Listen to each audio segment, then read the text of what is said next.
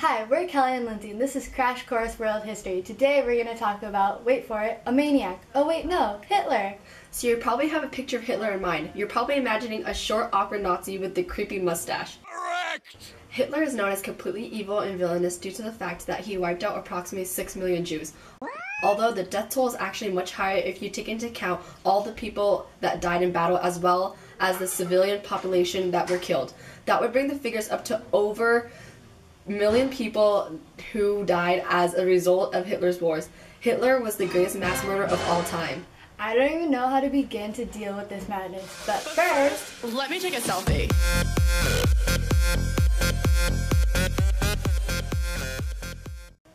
just kidding, but first let's check what's in the secret compartment today.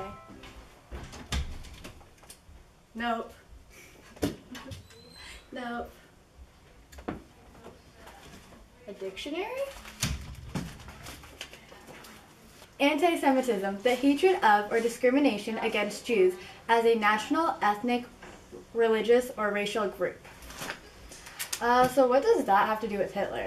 Well, you see, some historians believe that Hitler's life mission was to rid the world of the Jewish population. Quick fact! Did you know? Ironically, Hitler's first love was a Jewish girl. Hitler was a brilliant politician. He understood that he had to unite all under a common belief such as anti-Semitism to gain power. Germany was at a low point in history, going through a terrible economic depression due to its loss in World War I. When Hitler came into power, he used the Jews as a scapegoat to blame for failures. The whole concept was to cleanse the nation. Wait, let's go back in time. Blast from the past. This all started in Hitler's younger years. When he was younger, he was deeply affected by the death of his younger brother Edmund and his father Alois. Where Hitler lived, there was a strong influence of anti-Semitism. This fueled his growing obsession with the hatred of Jews as it began to develop into something bigger. And we're back. Let's talk about World War I. The consequences of World War I on Germany were extraordinary. The victors of the war, also known as the Western Allies, placed harsh penalties on Germany in the Treaty of Versailles. This consisted of the Germans having to take the blame for starting the whole war, paying billions of dollars in reparations and fines, giving up all colonies and losing some territories, not being able to join the League of Nations, having limited armies, and not being able to enter Rhineland. These restrictions greatly impacted Germany in that the economy entered a terrible recession. Germany could barely survive with all the harsh terms that were being placed upon them. Keep in mind the German people didn't even know they had lost World War I, so this all seemed ridiculous and harsh to them, which meant they were pretty angry with the whole thing. Hitler tapped into that anger to become leader. People began to be open to the idea of Hitler because they wanted a voice. He was the one to give them a voice to their biggest fears. Hitler offered hope and change, and the German people believed him. This is when he became actively involved in political activity. This involved him starting the German Workers' Party in 1919 that would later become known as the Nazi Party. Hitler then cooperated with the right-wing extremists to overthrow the Republic in 1923 in an event known as the Bear Hall Putsch. He was arrested as the attempt was failed. Hitler was elected as Chancellor in 1933. Once there, he used the powers of his office to slowly dismantle those freedoms so no one could challenge him. Hitler ruled Germany in a totalitarian manner. He did this by eliminating all his political opponents. He also used extreme amounts of propaganda to dupe the German population. In addition, harsh punishments were used on those who opposed him. Death, torture by the Gestapo, concentration camps, etc. From the time he became Chancellor, this was when the tragic event of the Holocaust began.